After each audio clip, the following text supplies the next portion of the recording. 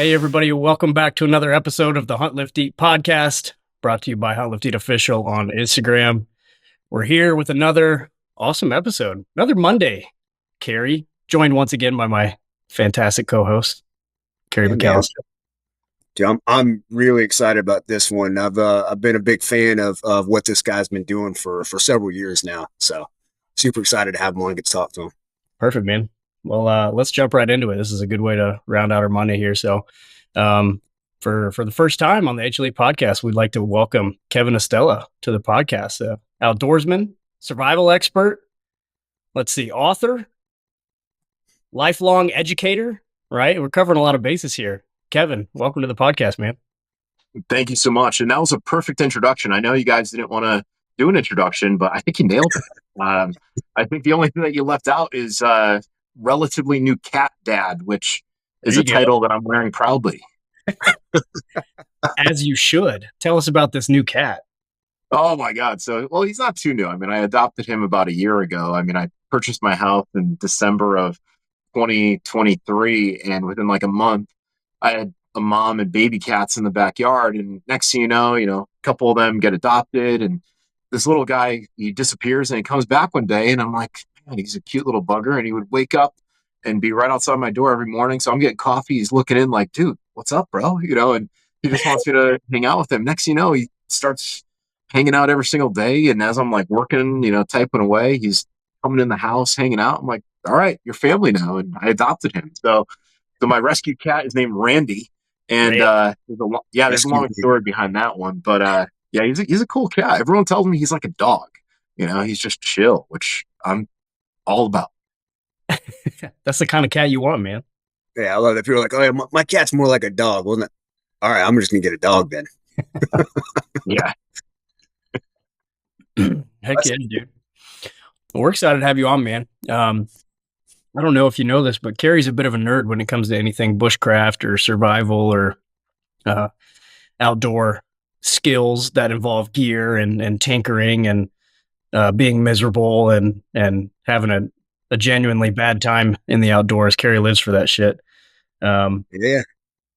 I guess I put myself in those situations too, probably a little less joyously than Kerri does too, man. But you're kind of the guy to talk to about all that kind of stuff, Kevin.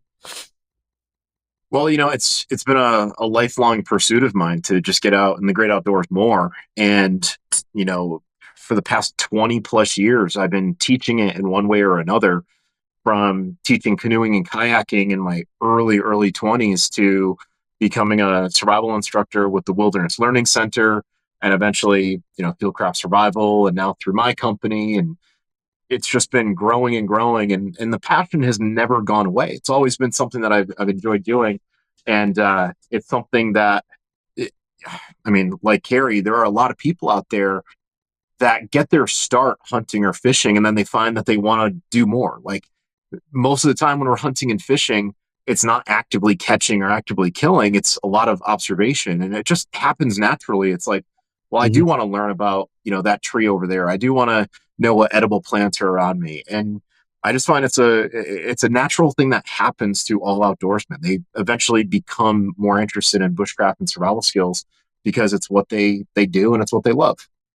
Yeah, so I'm a little backwards. I actually started out bushcraft survival skills, man. Like, I've always been an outside kid. I'm retired Green Beret. So I actually retired out of Bragg, not far from you. Yeah. But I think I moved like a month before you moved to the Bragg area. I'm like, oh, we missed each other. but yeah, so like SEER school like just ignited something in me, and I ended up marrying a vegan, so hunting and fishing was out. There was no hunting and fishing, so I got really good at bushcraft. And then when she became an ex, I started hunting and fishing again. And so bushcraft is a little on the back burner, but it's still there. It's more of an off-season thing, but yeah, a little bit backwards there. Yeah. So I'm guessing you went through SEER school at McCall. Yep. Yeah. Very cool. I had an opportunity to tour that a couple weeks ago. And very, very impressive operation. Those are some top-notch instructors, and you learn from some of the best in the business right there. Dude, absolutely. I tell people all the time, that's the greatest school I never want to go back to. Kerri, explain the connection here a little bit. How did you two get linked up, or how did you find out about Kevin and what Kevin does? So I mean, Kevin's been all over YouTube, social media presence. I found out about you through a forum, Bushcraft USA. Mhm. Used to be pretty active on that, and especially coming out of SEER school, like I wanted to learn more, but 2009 or no, it was 2007. I came out of SEER school, so there wasn't a ton of stuff on the internet. Or at least I didn't know how to use the internet very well, at least. So forums were great for kind of learn from stuff, and found out about Kevin, saw a lot of his YouTubes, and then been following his Instagram for a while. So yeah, I've been following you since you were still a high school history teacher, and but yeah, man. And then like he's good friends with Jason Marks, and obviously me and Jason work together and stuff like that. So, but yeah, I've been watching what Kevin's doing for a while, learning too, and end up buying too many knives because he goes and designs knives with all my homies, and I have to buy those. Yeah, Kerri will text me and be like, "Hey, dude, we gotta wrap this podcast up. There's a knife drop happening. I can't miss it." Yeah. Yeah, the obsession is real. I mean, listen, I've collected knives ever since I was a little kid, and I've done some of the knife drops over the years, and it is so frustrating. It's you'll have something in your cart, and you'll be putting in your credit card information, and then by the time that you put in like the 3-digit code, it says, "Hey, apologies, guess what? Everything's sold out." And it eventually becomes a game, and I find that many times, like, guys want the knives, but after a while, it becomes like, well, can I get it before the next guy? Right? Am I quicker on the draw? And I mean, it's marketing genius, all these companies that do that. And then there are other companies that will be like, look, we're only releasing 4 knives, and we're going to do it at 2:00. And these knives will fetch a premium, and they will sell out in 5 seconds. And guys are actually building programs, and they're finding programs online to autofill all their information faster than the next guy, just so they can get a knife. I mean, I wish I had that much willingness to be that committed to that type of result, but man, some people are absolutely crazy for them, and more power to them. I mean, if they found something that they love, but damn, leave some knives for the rest of us. Dude, yeah. I always need more. It's an addiction. Yeah, man. I think my first one doing that was that one you did with Scott Gossman. Oh yeah. Yeah. He would do his little drop, and I don't know how many he had at a time, but they're not many. Like I'm a handful. Yep. I've got mine. Yep. It's actually in a box over here. I was going to get up and grab it, but I thought it might be awkward on camera, me digging through boxes. Yeah, and I'm happy you got one of those from Scott. I always like to feature some of the little guys. I mean, Scott's a knife maker who's been around for 20 plus years, but he's not at the level of refinement to produce hundreds of knives at a time. But I love the guy's mission, and for your podcast, it's perfect because he used to be a power lifter, and he is a deer hunter before anything else. When deer season comes around Maryland, he will tell people, "I am not making knives. Good luck getting one from me." Like, he's going to be out in the woods, and he has access to this amazing hunting concession. And every year he's messaging me like, "Look what I shot with my straight walled cartridge. Maryland can suck it." And that, by the way, that's exactly how he's down. Scott is a deer hunter junkie, and everything from archery to muzzle loader to pistol hunting to straight walled rifle hunting, Scott does it. So I'm psyched that you got one of those, and you supported a good red-blooded American right there. My second and third deer I ever shot in my life were processed with that knife. So outstanding. Yeah. First one was a Winkler. Another excellent knife. Yeah. Way cool. Yeah. Way cool. Well, Kevin, let's jump into it, man. I want to hear kind of your story. You and I have some similarities here. I definitely want to spend some time on, but let's roll it back to the beginning, dude. Can you tell us a little bit about, your background and some of your early inspiration, maybe from childhood, that, propelled you towards a life in the outdoors?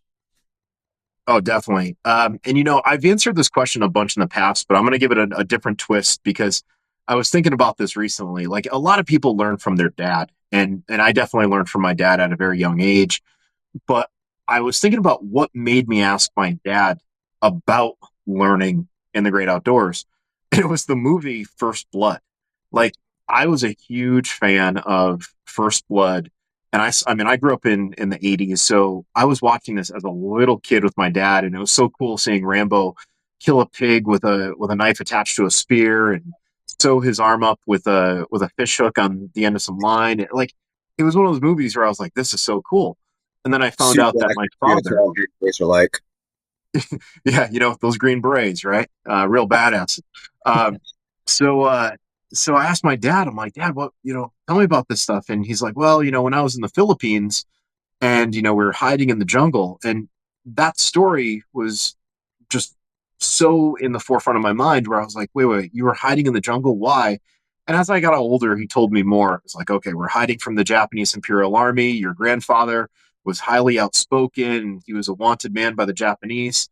And we lived there for many years. And I'm like, well, how many years? And I remember as a little kid, I always thought it was like 20 years. I'm like, oh my God, my dad lived there forever. But as I learned more about history and I got older, I understood it as, okay, roughly January of 1942 to August of 1945, they lived in a cave. So early inspiration was Rambo. Early inspiration was MacGyver, all these TV shows that made me ask my dad. But my dad was really my first mentor when it came to learning the outdoor skills. He's the one who taught me how to fish with my Uncle Ray. He's the one who showed me how to, make traps in the backyard to catch possums and then release them. He's the one who, was holding my hand basically when I made my first fire. So my dad was right there to start off with. Mhm. And then all throughout like adolescence, teenage years, I hung out with my friends, did the usual thing like prepubescent boys do, right? Ride our mountain bikes, go fishing, shoot BB guns, things like that. And then around high school, that's when I started working at an or I started working at an outdoor retail store, and I took rock and ice climbing lessons, and I started learning about all the gear. But it wasn't until my early 20s that I formalized my outdoor education and I started going to survival schools, Maine Primitive Skills School, Jack Mountain Bushcraft, and eventually the Wilderness Learning Center, where I became the lead survival instructor under my late mentor, Marty Simon. So it was my dad, it was Marty Simon, and then eventually it was through Sayak Kali, the Filipino martial art, that I was very, very active in. I was actually a associate level 6 at one point. And it was in that time that I really started refining what I was doing, getting more involved with firearms training, with combatives, Brazilian jiu-jitsu and boxing and whatnot. So it was like all these influences, led me to where I am now. And then of course, it was countless trips that I took, on the weekend in college when it was like, hey, are we going to do this party? No, I'm going to go up to New Hampshire. I just want to go hiking. Like I wanted to go up with the guys I worked with at Eastern Mountain Sports. So there were a lot of inspirations over the years. But I would say that the first was clearly my dad. And it was because of pop culture things like MacGyver and Rambo and, Red Dawn, of course. Yeah. Yeah. That's awesome, man. I'm sure you get flooded with that question a lot, dude, but like making the jump from like, this is something I'm interested in as a young boy and an impressionist young man, right? Jeremiah Johnson was like, that was my movie that was like so impressionable to me, where I was like, oh, I'm going to hunt out west for the rest of my life. It's just like click, like this is what I'm going to do. Right. Yeah. And then that actual translation of, okay, following through by going to the schools and like taking those trips when you're in college as a older, still young man, but not a boy anymore. And then going to those schools and then actually teaching at some of those schools. Right. The follow through is a really cool part of that journey. Right. I didn't have my life together when I was 19 at all. Like I had no, I was still doing some of these, and you were like locked in and this is what I'm going to do. Well, let's not say locked in perfectly just yet. I mean, I totally made a whole bunch of mistakes in my early years, and I definitely fell for a few Latinas. So there's definitely some mistakes that I've made along the way, and I wish them all the best. God bless them all. But I would say that my passion was always in the great outdoors. I always enjoyed teaching. I always enjoyed helping people, and people wonder like, well, why didn't you go into medicine, right? Like everyone thinks half Filipino, you got to become like a doctor or a nurse or something. And my father, who was a physician for many years, over 50 years, he's like, don't go into medicine. It's not the same career that it used to be. And it really wasn't my thing. So keep in mind, my senior year was 9/11, and, I knew that the world was changing. And I knew that, like, okay, I had originally planned to go to law school. 9/11 happened. So, even though I had a plan, my plan got completely flipped upside down on 9/11. And I decided, okay, well, I don't want to go into law school just yet. Let me kind of extend this a little bit. So I got my master's degree. Um, I wasn't planning on becoming a teacher at that point. I thought, okay, I'll get my master's and eventually go to law school. But I hadn't made up my mind. And if anything, the events of the world, that September morning, that definitely changed my plan, so yeah, like it may seem on face value that like I was completely locked in. I knew what I wanted to do, but it was definitely a roller coaster along the way. And, there was some hardship that was experienced in one way or another. But that being said, the passion was always there. And if the passion's there, you'll eventually find it. Yeah, dude. That's a good way to put it, man. That's kind of where I feel like I'm at now. My whole goal in life is to have as many adventures as possible and help as many people as possible, hopefully through the outdoors. And just like you, man, I have no idea how that's going to go exactly or what exactly it looks like, but I'm hoping that the passion that I have is going to fall together and pull those pieces in. Yeah, it will, man. It will. I mean, it's terrifying. There's no doubt about it. Like, and I'm sure we'll get to this, but like I left teaching. I left a very secure job. I mean, I was making just shy of six figures as a teacher. I actually took a pay cut to do what I was doing for the past 4 years. And then eventually, leaving that company in September, I took a big risk leaving. And, there are periods of ups and downs with that, with me doing my thing now, but I'm surrounding myself with people that are equally passionate and they have their heads screwed on straight. And together with a very, very small circle, we're doing amazing things. And I see there being, again, a lot of heartache and stress this year, but it's a long game. It's not the immediate rewards. It's not going to be, hey, just leave and everything's going to fall in your lap. I mean, I'm grinding. I'm up at 4:30, 5 in the morning, and I work until 5 every single day. And then I have to find time to say to myself, like, all right, I'm just going to like relax a little bit. And I also know that can be a problem. So that's why I do need to get into the outdoors and sometimes just enjoy it for myself and not create content and not write articles about what I'm doing. So yeah, man, you'll find your way. It's just you gotta be very true to yourself. And while it's very easy to say, well, this is my passion, it's also very tempting to forget about what matters. If you have kids, do you follow your passion but not be able to pay for what you need to provide for your family? Do you follow your passion and not spend time with people you love? I mean, you got to be true to yourself. And yes, you can be passionate about something, but don't jeopardize what really means even more to you by following just, your passion or your hobby.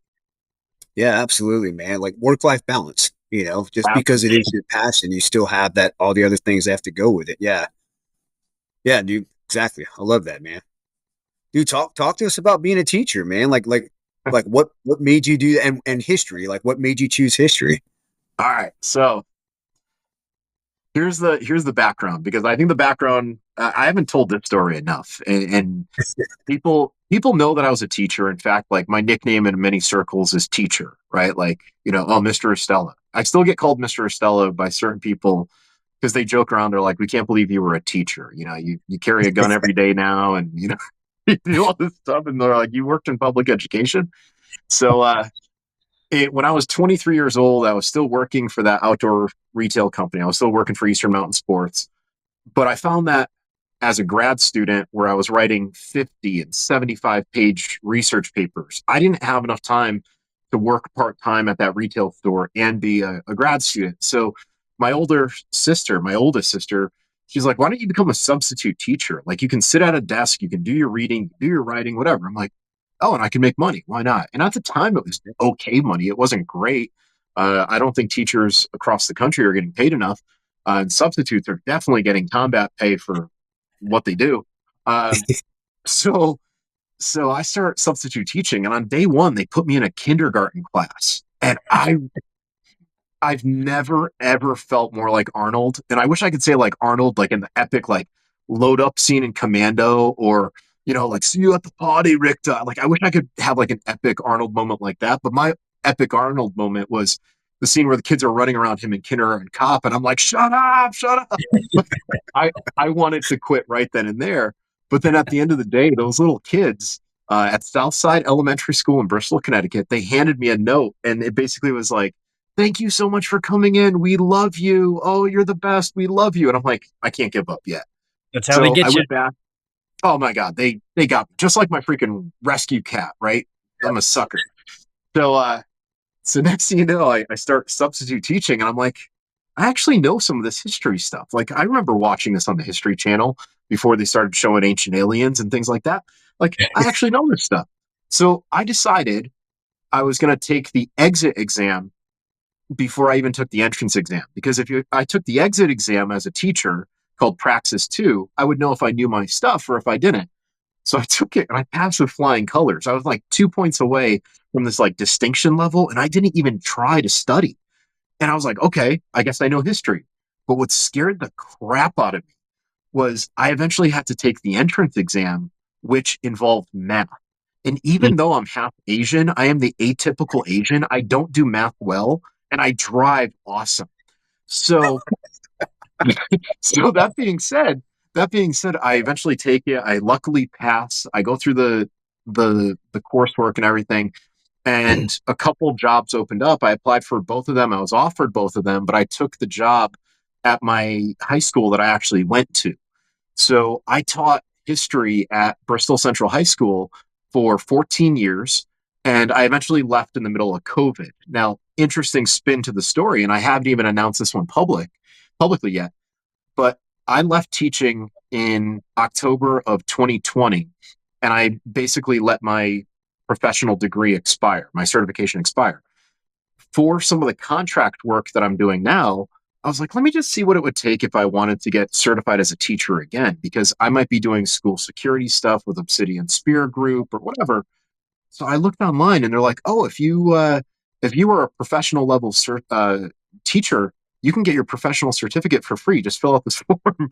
So I filled out the form, and I'm just waiting now to get recertified in Connecticut, and then I can say again, I'm a certified teacher. Which, you know, don't get me wrong. There's good and bad about every single occupation. The joke is with teachers, the 3 reasons for teaching are June, July, and August. And it does let you have summers off to pursue other jobs, go on vacations and whatnot. But you do have to deal with some bureaucracy. And one of the factors that pushed me out of teaching was the idea of the vaccine. And I was like, I'm not getting vaxxed. No, not happening. And it was at a perfect kind of, moment in history where I was like, I think I'm ready to leave. And I had a job offer, and I could move out west, and I did that for a while, and all was good. But yeah, I miss certain aspects of teaching, but I don't miss others. And I really think it's still a noble cause. It's something that I enjoy doing. I didn't find it terribly difficult. And I found it incredibly rewarding. So if anyone's listening who's like, hey, I've already had one career, I don't know what I want to do, I would recommend that you go in and try substitute teaching like I did. Just stay away from the little kids. Those little ones are more dangerous than the big ones. Yeah. Kevin, I'm in my 9th year teaching high school social studies. Yes. And I still love my job. It's the best job in the world. But yeah, dude, I feel you, man. There's a lot of highs and lows and ups and downs. And dude, you're exactly right. Like once you experience the age group you're like meant to not have, you're like, you couldn't pay me enough money to teach middle school. Like I just can't do it. Right. It's like not my thing. Like double my pay, double my salary. I just can't do it. Right. I gotta be high school. Like those are, give me the juniors and the sophomores. Those are my people. That's awesome. We don't get a lot of teachers on here, so I was excited to hear your perspective on your experience there. And I'm glad it was mostly a positive thing. Oh yeah, No big. I still have a box in my loft, and I keep that. I call it my rainy day box, and I encourage everyone, regardless of you being a teacher or having another occupation, you always keep those little notes from kids or positive feedback from people. And when you're having that rainy day, and we know that there are people out there that have even rainier days than others, people who are borderline depressed or incredibly depressed. You need that reinforcement in your corner. You need to look through those boxes and remember that you have worth. Remember that you have value. Remember that people care about you. And I'll look through that box and I'll start crying because some of those letters, I mean, you're compressing 14 years of me teaching into one. It was a box of copy paper, one box of copy paper of all these like notes from kids where it was like, I never had a positive male role model until you came into my life. And it's like, oh my God, how do you read that and not be impacted by it? Yeah, So I that's encourage everyone to have that. And when people say that, teaching isn't about the money, it really isn't. I didn't get into teaching and become a multimillionaire. I got into teaching because I enjoyed seeing that positive impact. And now, whether I'm teaching in a high school class or if I'm teaching around a campfire, yeah, seeing that aha moment in people is what it's all about. Yeah, for sure. absolutely. Man. I mean, like kind of a different type, but like, I spent the majority of my career as an educator as well. And you're right, man. Just having those dudes pick up what you're trying to put down, man. Like it's amazing when those guys finally get what you're trying to teach.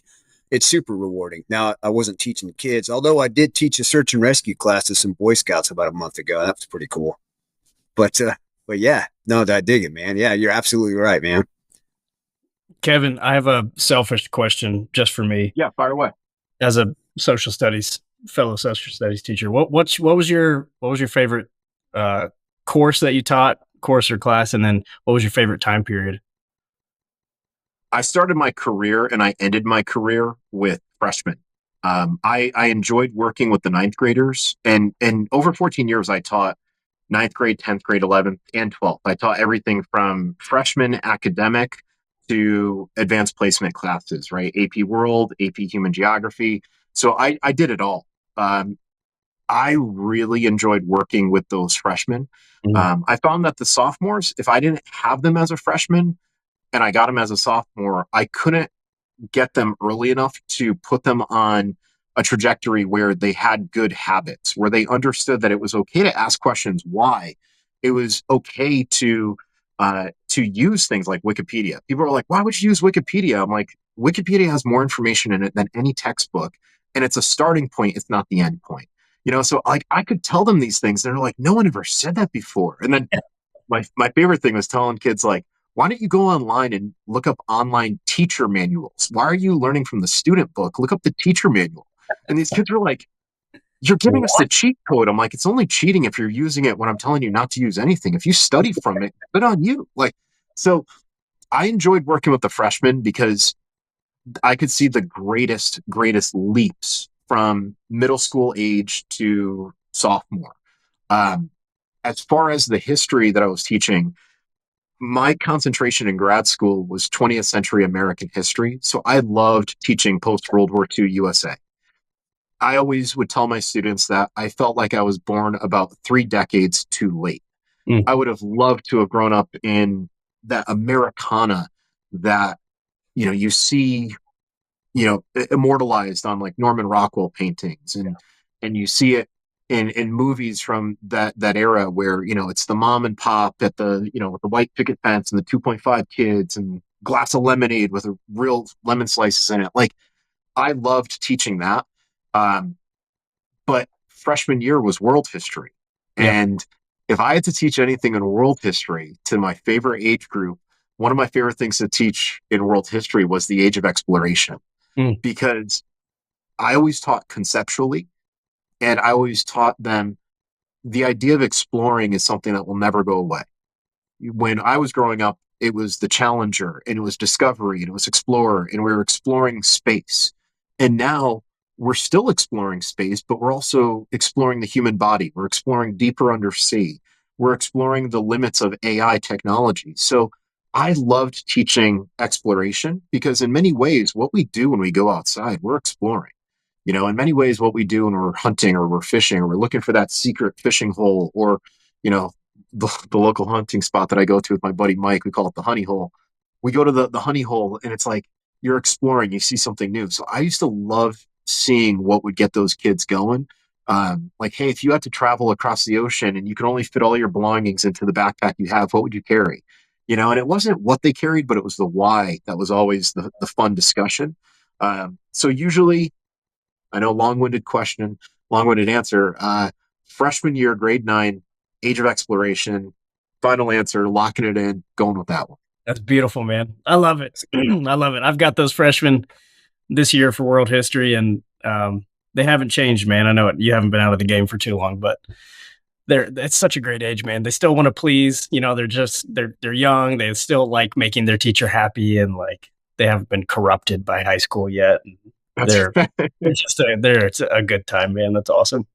Yeah, you gotta love it when the freshmen turn to sophomores, right? And the first week back, you'll get the occasional sophomore that's like, "Oh, these stupid freshmen." I'm like, "You were just that guy 3 months ago, bro. Like, calm yourself." Yeah. That's awesome, They man. still have like freshman Friday and all that stuff too. Yeah, at the public schools. I work in a private school, so we're a little more nerd. Yeah, we're tightened up on those kinds of things, but we need to bring it back. I don't know. I had a kid flicking toothpicks today. Some guy on YouTube was showing him how to like send a toothpick like a spear across the room, and he, sure enough, shot some girl in the eyeball. So we still got a little bit of it. They still got some grit, Yeah. But yeah, Kevin, that's awesome, dude. I love it. And then obviously that's transitioned into, right? You haven't given up the passion for teaching and for education. That's going to continue probably forever, right? That is your part of your mission. Yeah, no doubt about it. And I've had an opportunity since I left Fieldcraft in September to teach on different ways, right? Like a good friend of mine is Jason Nauer, who has a TV show that's coming out in September called Jason the Butcher. And Jason is the austere butchering SME for all of the Green Berets here in Bragg and out in Colorado in 10th Group. And Jason invited me to come out and help with the Independence Fund, take out a bunch of hunters, but he also has had me on his TV show as kind of, I always joke and I say I'm like the Chum Lee of his TV show. I'm like the support character. So I'm teaching people on that show, reaching a bigger audience. And, the second book that I'm in the final stages now of getting the final files that I need to submit to Kindle Direct Publishing, that book is all about teaching. So when you're reading through and you're reading about how do you canoe, how do you backcountry camp, how do you winter camp, how do you prepare a camp kitchen, what's fundamentals of marksmanship, when you get to that final chapter and you realize it's all about teaching, you're like, oh, wow, he's been setting us up from book 1 and book 2 to talk about teaching and sharing skills. I don't think I will ever stop teaching. I will never stop sharing just lessons that I've learned in the field. If a piece of gear works great, I'll give feedback to the manufacturer. A buddy of mine who just went through Camp McCall, through SEER school, he gave me feedback on the knife that I just did with Winkler, and he's like, hey, I wish the sheath would look like this. Da, da, da, da, da. So I sent him some feedback, and I was like, hey, I'm going to send this off to Dan Winkler. And it's a constant cycle of, teaching, learning, and it never ends. My dad taught me at a young age, he's like, be a student for life. And I think it's equally important to not only be a student for life, but also continue teaching, keep changing the world with the good information that you put out there. Because that information could potentially impact someone's life in a very, very positive way. It might even save their life. So not leaving teaching anytime soon.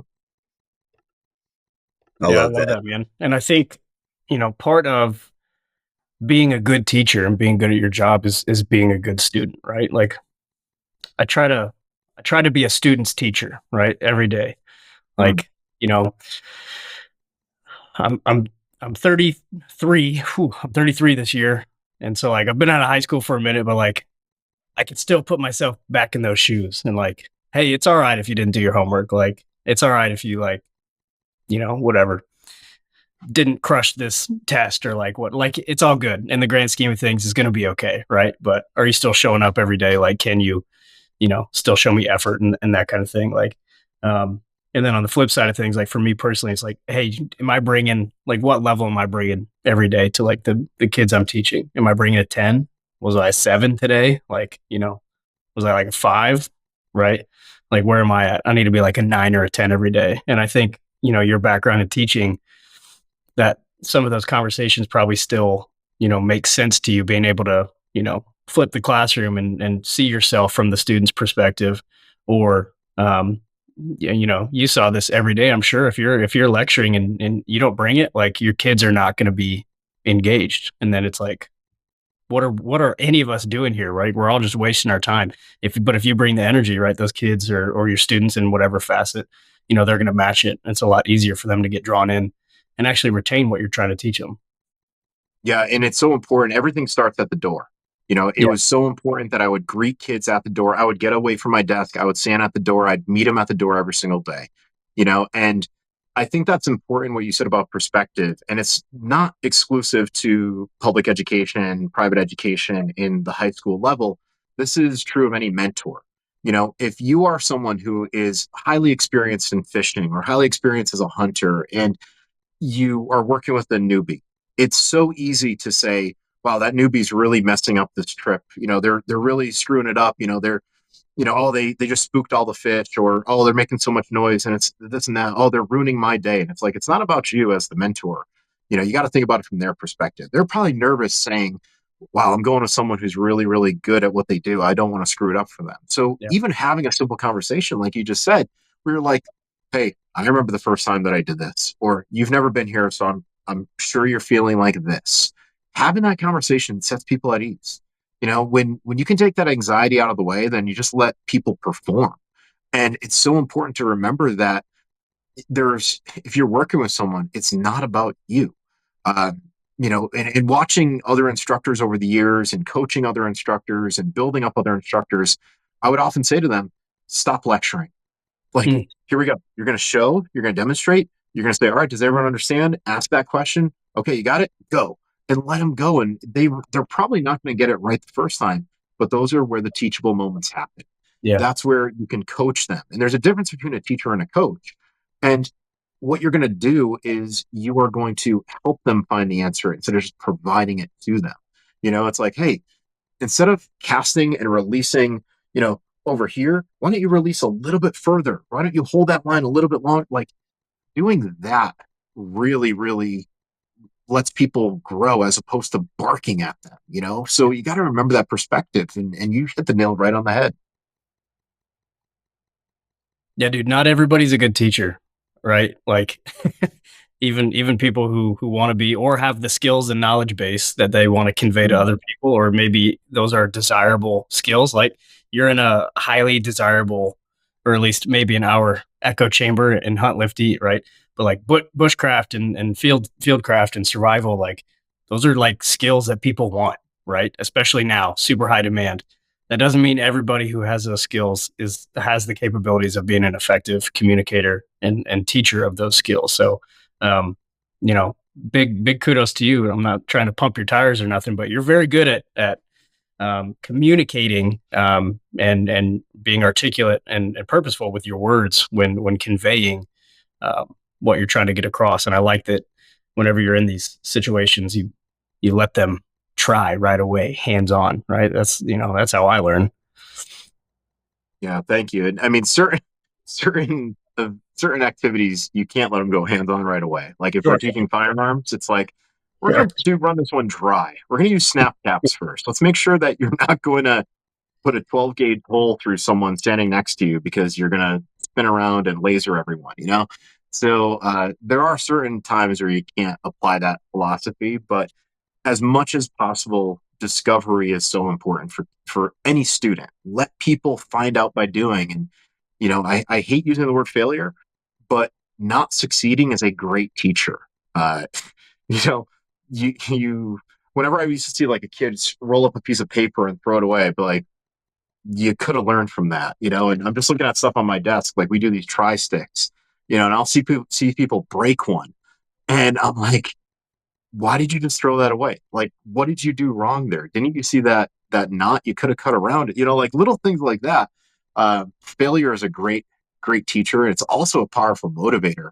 Um, but you just have to know if it's a motivator or if a person is going to be so worried about failure that they get paralysis by analysis. Like Yeah. they're trying to figure out, like, will I fail? And they don't do what you ask them to do, and it's like, you're supposed to be done 30 seconds ago, you know. So yeah, there's a lot of overlap from the academic world to the bushcraft and the survival world. The ways that we teach, the lessons that are learned, um, and how they're learned. And I think one of the most important things too is journaling. You know, I think no matter what you do, right? Like talking Yeah. to anyone that's listening that's a hunter, you should have a record of when did you go hunting? What were the weather conditions like that day? What did you carry? What could you leave out of your pack? For those who are, you know, lifting and eating and all concerned about fitness, you better be keeping track of all of your lifts and knowing what your 80% max rep is. You know, like all of that is data, you know? So, I mean, I hate to say it, but a lot of the lessons that we need in life, we learn in grammar school and middle school and high school. And, you know, they're definitely applicable. Yeah, for sure, Yeah, I man. was having a conversation with a couple of kids who were interested in going into special operations, active difference between like, you know, Ranger Regiment and SF and all these other things. And so we get to talking about like where they wanted to go and their goals and all that. And, you know, it's talking about, hey man, like let's be honest, like your high school diploma doesn't mean a whole lot, right? Like perfectly honest, high school diploma doesn't mean shit. I was like, but what does mean, you know, what does matter is those life lessons you're learning, those valuable skills for studying and retaining information and all that stuff, being able to use it again. I was like, that's what's important. And that's what's going to set you up for success. Having good habits in, you know, high school, and you, of course, you're going to learn stuff too, but having those good habits that you develop within elementary, middle school, high school is going to carry on and make you more successful if you're actually going to go try to do, in their case, you know, somewhere in special operations. Yeah. Now, Kerri, I'm curious because I've been asked that question. I'm like, look, I don't have a military background. I couldn't tell you. Do you know of, like, would you say that there were certain attributes that like the successful folks who made it through Ranger Regiment and made it through Green Beret selection, like what would you say were like three of the most common attributes that those guys had? So determination, right? So they were driven people, right? They were passionate about why they were there, passionate and driven. And then, self-starters, man. Like you've got to be like, you can't wait for somebody to tell you what's right. You have to be able to just do what's right, what you need to do to keep going. You have dudes show up and just super smart, physical pieces of shit, or guys show up super physically fit, but their head's not in the game, or maybe, you know, their head's so focused on one aspect of it that they neglect other aspects. And I'm going to be honest with you, man, like I was 100% middle of the pack. Like, you know, we used to joke about guys who suck on a team that they fell through the cracks. Dude, I fucking fell through the cracks, 100%. I think I became a Green Beret, but I 100% fell through the fucking cracks, man. But you know, it's all about, you know, being personable, right? Because you've got to be a good teammate. So you've got to be a good teammate even in selection. You've got to be physically fit, at least somewhat. Like I said, I was middle of the pack. And you've got to be determined, driven, and passionate, you know? You know, it's funny. They say with law enforcement, you want to get through your law enforcement academy middle of the pack. You don't want to be remembered as like the number one guy or the last, right? You just want to be forgotten, because what really matters is once you get your career going. So it's funny that you're saying how like you're middle of the pack as a Green Beret, and that was a great place. You know, and then it's very similar for the LE careers too. But man, it's well-rounded, you know? I mean, there are some dudes that are smart. They can work really well within a team, and they're also physically just phenomenal freaks of nature. But for the most part, man, like you can't be all of one thing. You know what I mean? So most of the good, successful guys are those middle of the pack dudes. They're, you know, maybe above average IQ, but they're not the smartest. You know, they're above average physical fitness. But the problem, you know, the biggest thing is that willingness to learn and to continue to train and be passionate and driven. But yeah. And, you know, you can develop a lot of that in school, like guys playing sports, trying to get good grades. And it, like, Dude, I barely passed high school. Like, barely. Out of curiosity, were you a wrestler? No. I played football my freshman and sophomore year, but I failed science twice, so I couldn't play my junior year or senior year. Um, no, but yeah, so I did do ROTC in school, mostly because so I went to two high schools. My second high school had Air Force ROTC, and that counted as a science credit. And since I had such a bad time with science prior, it was really good for me. Yeah, I only But asked that question about the wrestling thing because I've seen a lot of the kids from the high school that were in the wrestling program go into various military fields, and they're like, that absolutely prepared me for the suck fest of getting PT to death. Like, because I've yeah, watched our wrestling program, and shout out to the Bristol Central High School wrestling team because they're awesome, Coach Boyce and all those guys. But man, I watched them run up and down the stairwell, like to the point where it's fogged up inside the stairwell and you could just wipe the sweat off the walls, and they would just do that until they would puke. I mean, I think again, the training that you get at the high school level can prepare you for a lot of things. So you, um, absolutely. Those guys, there are a lot of successful special operations guys that were high school wrestlers because it makes you mentally tough, man. Makes you mhm. very mentally tough, especially since a lot of those dudes in school are starving themselves so they can make a weight too, Yeah, and themselves for that. the first time you see a friend of yours chewing on ice cubes, you're like, Yeah, I don't envy you, you know? And then you find out that yeah, like a whole group of people just got like impetigo or ringworm, or, you know, yeah. like, oh, there's you know, there's this spreading around. You got to go see the doctor. You know, it's like, oh my God. Like you realize too in high school sports that not everyone has the same hygiene standards as you, you know? Yeah. You're like, that kid is dirty. Speaking It doesn't about change the speaking about attributes, Kevin, when you're teaching survival and bushcraft skills, Mhm. what do you think makes a good student for the type of subjects that you teach? White belt mentality. You know, Mm, there's no doubt about it. I get people who show up to classes that are studs, and I don't know what the hell the female version of a stud is. Studette. stud. Yeah, studettes. So you get these people that are so squared away with what they do, right? Like, you know, I had an ATF agent and his father. Oh, this is close to 20 years ago. This is like 2006, 2007. I had an ATF agent and his father, again, squared away guys, but they just came very humble, you know? And then I've had people who have argued everything. And I'm like, I know that I'm right. And I don't teach with notes in front of me. Like everything's out of memory. And I know it because I've done it. And I know it because I've been in it long enough. And I'll have someone argue with me. I'm like, would you like to place a bet on that? Or would you like to find that in a book? Because I can tell you where I can get mine. And I'll have books handy. And I'll be like, look in there in that chapter. You're going to see that. And they're going to be like, how do you know this stuff? I'm like, because I've done it, you know. But the people who are there to be the white belts, to be the empty buckets that are willing to learn, that goes very, very far. The other thing that goes very far is uh, the willingness, just that willingness in general, where I'm like, you know what? I know you are used to using this as your shelter. Try it this way for one night. Try using, this type of knife instead of the one that your dad gave you. I'm not saying that it's wrong. Showing people that there are many ways instead of the way, where you say, look, I can show you 5 different ways to start this fire, but I want you to find the one that works for you. So yeah. I think not only is that willingness is important, but also that individuality where it's like, I don't want to create a clone of me. I don't want a bunch of people running around, using my mannerisms and dressing like me and carrying the exact gear that I carry if it doesn't work for them. And even if it does work for them, I still don't want a whole bunch of little mini me's because that'll just be freaking creepy. But That's like how you I start. want that is how you start a cult. Yeah. I definitely would choose grape Kool-Aid because that was the best Kool-Aid out of all the Kool-Aid. So so yeah, I think it's important for these people to learn like what works for them. What works for them, and then also be willing to learn from a different methodology that they might be used to.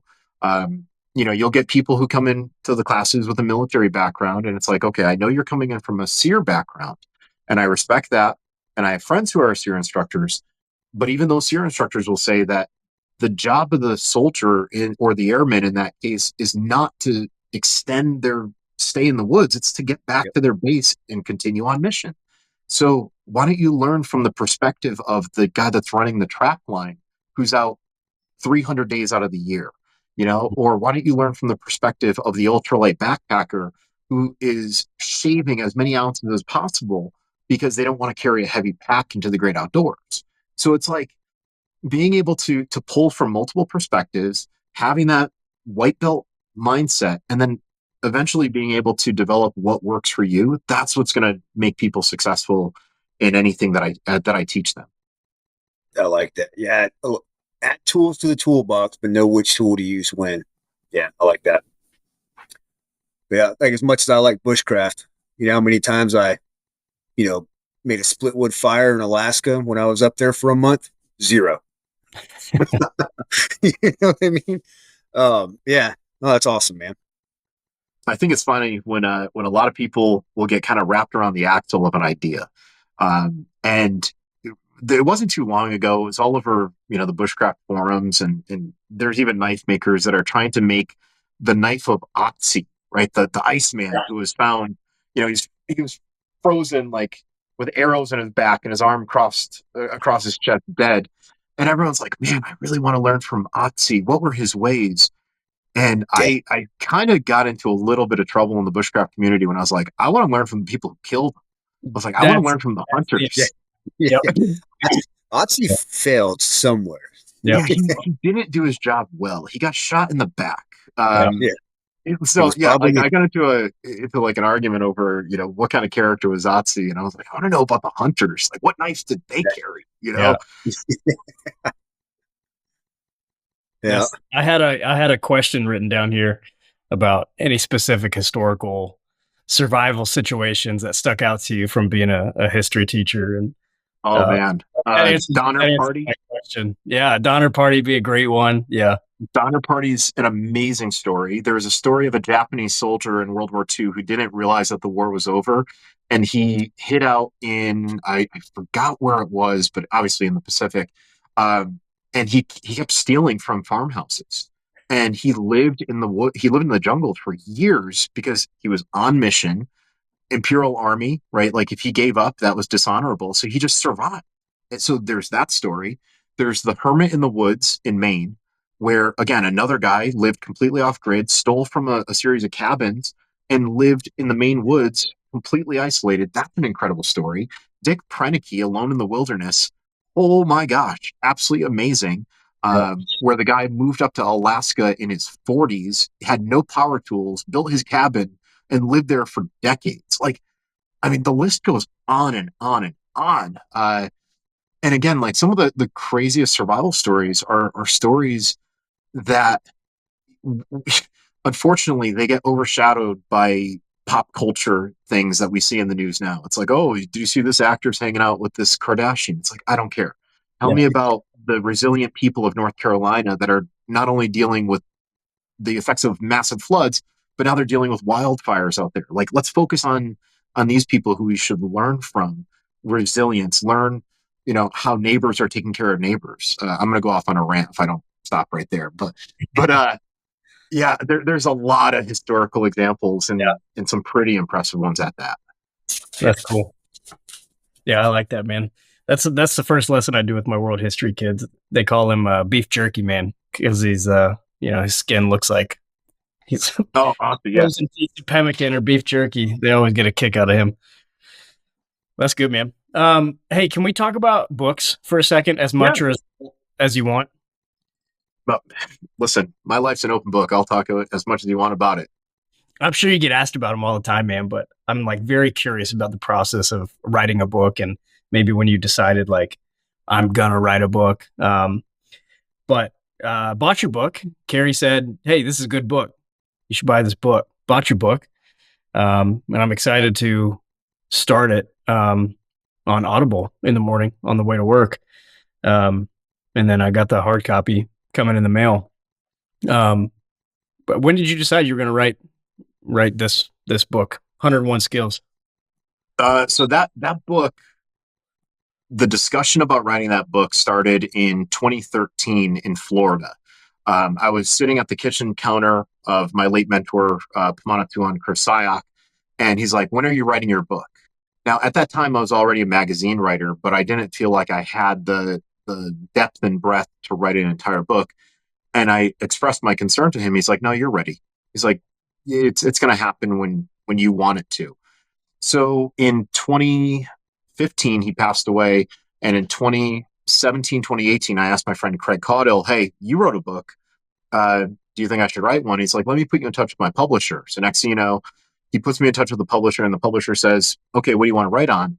And I had done some research on the publisher, and the publisher was well known for a lot of cookbooks, like 50 backyard barbecue ideas and 52 weeks of the keto diet. So I noticed that they had a lot of numbers in their titles, and I was like, okay, that's the form factor that they're used to. And I said, since I'm an educator, we're used to hearing classes like History 101, History 200, History 300. So I was like, how about 101 survival skills? And Yeah. they're like, oh, we'd like that. Can you get us a table of contents? So I pulled over on the side of the thruway in New York State, and on a notepad in my phone, I made 10 chapters that were based on the 10 survival needs, right? Like cutting tools, cordage, navigation, etc.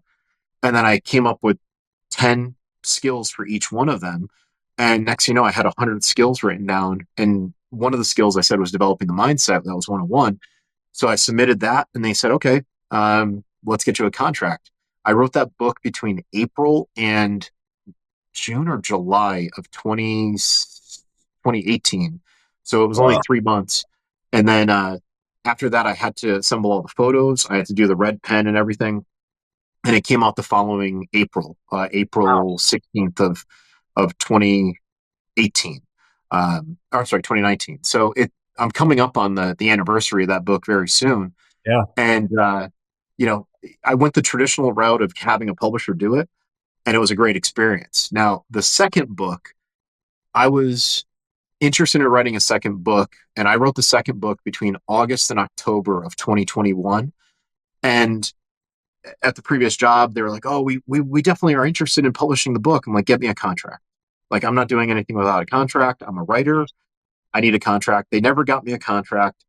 There was a lot of issues with how it was going to be published and a lot of false promises. And I was like, like, so when I left, I'm like, I'm doing this on my own. Yeah. And I talked to Creek Stewart, another survival instructor, an amazing survival instructor. And he's like, you should just self-publish. Here's how you do it. So I spoke to the self-publishers. They're like, hey, we'll do the line editing. We'll do this, and you'll be able to publish it. So it's been well over 4 years since that book has been written, and I will have it published from start to finish in under 4 months. It should be coming out, my second book called Beyond the Field, on April 22nd of this year. And while the first book was dedicated to my father and to Marty and to Chrisia, the second book is dedicated to my late mother. And April 22nd is her birthday, and it's also Earth Day. So you think about it, your mom is usually your first teacher. Yeah. And since my book is dedicated to teachers in general, my mom was my first, and that's why she's mentioned in the dedication. That's beautiful. That's awesome, man. You I'm looking forward to that one. Yeah, definitely. Can we do you have pre-orders open or anything like that? So, I wish I could say that the process was incredibly smooth. I'm still going through a couple of bits of it right now where, God bless the back cover author, because like when you self-publish, you have to pay the service to write the back cover description. And just like you have the audio version of my book, the first person who they gave me the sample of his voice, I was like, that does not sound like me. Yeah. It sounds like we should be at a rally for the very left leaning side of this country rather than my voice or my friend's voices. I'm like, no. So the guy that narrated my book, Matthew Boston, I never met him, but I was like, that sounds more like someone who's around my campfire. Well, this time around, the hiccup was with a few things. Like I put well over 200 photos in the second book, and when I got the formatting done, I looked at it and I'm looking carefully, and all of my high resolution photos were grainy. It looked like bad 80s television, like when they're like, oh, the reception's bad, And And then on top of it, the back cover description started off with like, when you walk into the symphony of the great outdoors. And I'm like, stop right there. Like, we need to get rid of that paragraph right away. Right. I've never described the outdoors as the symphony of the outdoors. And I gave the back cover writer my suggestion. I'm like, why don't you just say, when you walk out into the great outdoors and nature is all around you, it's in the birds chirping overhead and the leaves crinkling under your feet and like things like that. So you get the audio description of what you're seeing when you're walking around. And I'm waiting for her to get back to me. So it's a little bit cattywampus, if you want to call it that. But it should still be out in time for April 22nd. Very cool. That's exciting, man. Well, no pre-orders yet, because I haven't even sent it out. Like once I figure out if I can pre-order, I'll message you guys and be like, hey, by the way, like, edit me saying the pre-orders are this time, like. Yeah. But I don't even know yet. I'm hoping that the pre-orders are coming. Oh yeah, well, I'm looking forward to that one. I love the original one. If you guys have kids, this is awesome. So, my ex-wife's a vegan, so therefore my kids are not going to go hunting or fishing with me. So we do a lot of bushcraft when they're with me. But dude, I throw them the book and I'm like, pick a skill. Nice. I love that. You got to send me some photos, because there's a lot of people that do that. One of my former students from the survival school, Jess, her stepson, she's always sending me photos like, look, he's using the ferro rod. And that just stuff makes my day. It lets me know that those skills aren't just dying with me someday. They're going on to other people. So that's pretty cool, man. I'm excited for you guys doing that. Yeah, definitely. And I'll shoot you some pictures, man, because and they always pick something that has to do with knife skills or making a fire. They don't pick anything else. They won't be vegans for long. Don't worry. Well, I always joke, I tell them, my son might go hungry, but he's going to be warm and dry. There's worse things in the world, for sure. Yeah. That's awesome. Well, Kevin, we're rolling up over an hour here, man, but you just said something that maybe I want to touch on before we round this one out, dude. But you said something to the effect of, glad these skills aren't dying with me. What's kind of your legacy and your mission that you're looking for, or where you're at in your journey with everything that you have going on here, man?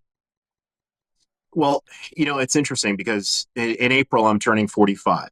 And, in the past 5 years, I've gone through so much turmoil in my life, right? Like, I lost my mother, almost lost my dad. I've switched jobs a couple times. I've moved 5 times in the past 5 years. Recently, separated from a girl who I was seeing for a while. So I'm back on the bachelor scene, which I never thought I'd be at this point. I'm still holding hope. And, if God has a plan for me to be a father someday, I'll be a father. But I know now what I'm capable of impacting. I have 3 nieces, right? One of my nieces is the illustrator of both books. My other 2 nieces, they're very involved in sports, and over Easter, I'm going to go hang out with them at their volleyball tournaments.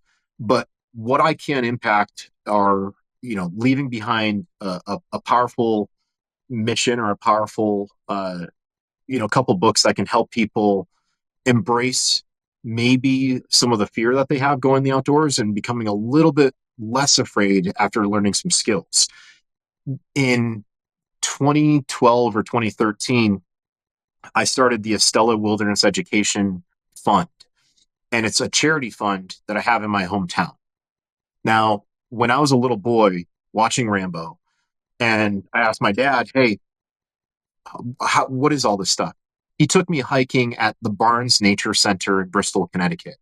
The Barnes Nature Center is managed by the Environmental Learning Centers of Connecticut. And the Environmental Learning Center of Connecticut has a summer camp program every year that I never attended, but I volunteered at when I was an adult, teaching kids canoeing, hobo fishing, fire starting, and whatnot. Well, my charity fund provides youth scholarships to those summer camp programs. And to date, I've sent over 20 kids to those summer camp programs. And since it's a permanent endowment fund, that fund will only make a donation to the Environmental Learning Center off of the interest earned on the principal every single year. So that fund will be around long after I'm gone.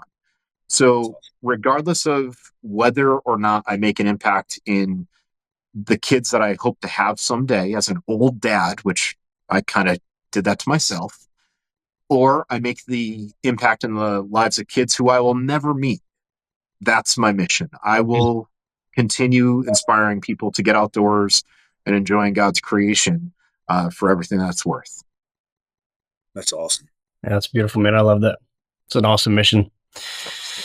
Love to hear it, man. Well, dude, we super appreciate your time. Love what you're doing, man. And hoping to stay in touch. We'd love to have you back on maybe once that second book comes out. Oh, 100%. And if there's anything I can do in the meantime, like, Kerri, you were talking about, hunting earlier and cleaning animals with your Gospen knife. If there's anything I can do to link any of your listeners up with anything that they see on my socials, right? Like whether it's the veterans, the Independence Fund that takes veterans out with guys like me and Jason the Butcher, whether it's me connecting you guys with an instructor who maybe isn't in my close circle, but I can vouch for that person and be like, hey, Craig Caudill is the best tracker in America. Or I can say Nicole Appelian is the foremost plant expert in the Pacific Northwest. Like, if there's anyone out there that has any questions, I do not want anyone to hesitate to reach out to me. I respond to every single message, and I'm always happy to help you guys out in any capacity I can. It's awesome. What's the best place for people to reach out to you? And then also, you can go to my website. Yeah. Yeah. My website has a contact page on it, and that goes right to my email or social media. But social media is ridiculous. I get banned all the time. And, I'll put up a picture of a fish and the next, it's graphic violence or, it's absolutely insane. Yeah. We need to start our own, gentlemen. Let's start our own and make it grow. Yeah, definitely. We kind of went down that road. We kept getting in trouble on Facebook for anything hunting related. And so we said, screw it. And we made our own app for our team. So we have our own app now for all of our team members, but there's a lot of headaches there too, man. I just want to hunt and fish and stay outside. And there's you just can't escape it, man. That social media. Oh, yeah. Can't escape it. But Kerri, you got any closing thoughts for us, man? No, man. This was awesome. I really appreciate you coming on and talk to us, man. I'm looking forward to that book. Anytime. Yeah. Thank you, Kevin. We appreciate your time, dude. Listeners, definitely check out Kevin's books, upcoming book. Check out his website and all of his wealth of knowledge that he has graciously shared all over the internet for you guys. So, Kevin, thanks again for your time. And listeners, as always, we appreciate the hell out of you guys. We'll talk to you next week.